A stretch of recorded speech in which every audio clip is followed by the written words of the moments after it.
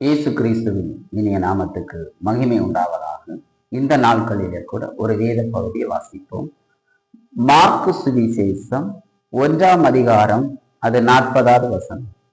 அப்பொழுது குஷ்டரோகில் ஒருவன் அவரிடத்தில் வந்து அவர் முன்பாக முழங்கால் படியிட்டு, உமக்கு சித்தமானால் என்னை சுத்தமாக்கும், உம்மால் ஆகும் என்று வேண்டிக் கொண்டான்.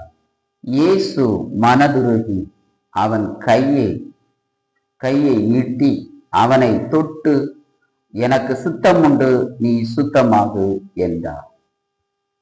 இந்த வேத பகுதியிலே பார்க்கும்போது ஒரு குஷ்டரோகியன் இயேசுவிடத்தில் வந்து உமக்கு சுத்தமானால் என்னை சுத்தமாக்கும் என்று சொல்லி ஒரு பகுதியை பார்க்கிறோம். நம்முடைய வாழ்க்கையிலே அநேக போராட்டங்கள், அநேக வேதனைகள், அநேக நோய்கள்னாலும், மன குழப்பத்தினாலும், மன பிரச்சனைகளினாலும், தொழில இருக்கிற போராட்டத்தினாலும், பிரச்சனைகளினாலும் நாம் எந்த இடத்துக்கு கடந்து போகிறோம்? நாம் ஆண்டவராகிய இயேசு கிறிஸ்து இடத்துல கடந்து போகிறோமா? இல்ல வேற காரியங்களுக்காக நம்ம கடந்து போகிறோமா?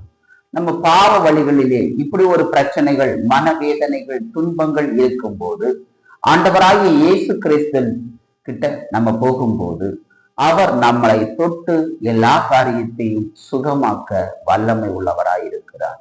அவர்தான் ஆண்டவராய் இயேசு கிறிஸ்து.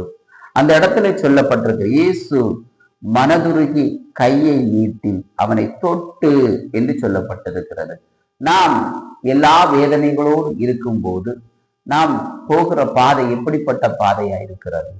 நாம் ஆண்டவராய் இயேசு கிறிஸ்துவை கடந்து போகும்போது அவர் நம்மளை தொட்டு எல்லாத்தையும் சுகமாக்க வல்லமை உள்ளவராய் இருக்கிறார்.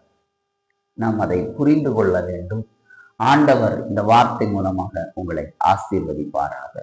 ஆமென்.